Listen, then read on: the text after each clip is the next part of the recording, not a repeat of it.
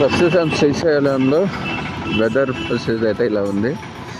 చల్లని మంచుతో చాలా ఆహ్లాదంగా ఉదయాన్నే భక్తులందరూ స్వామివారిని దర్శించుకొని చాలా మంచిగా అయితే అనిపిస్తుంది. సో శ్రీశైలం గురించి మరింత ఇన్ఫర్మేషన్ ఈ బ్లాగ్స్లో అయితే మీకు దొరుకుతుంది.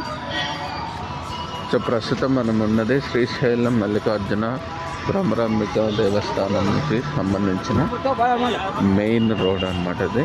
సో ఇటు నుంచి మనము ఇలా ముందుకు వెళ్తే దేవస్థానానికి అయితే రీచ్ అవ్వచ్చు.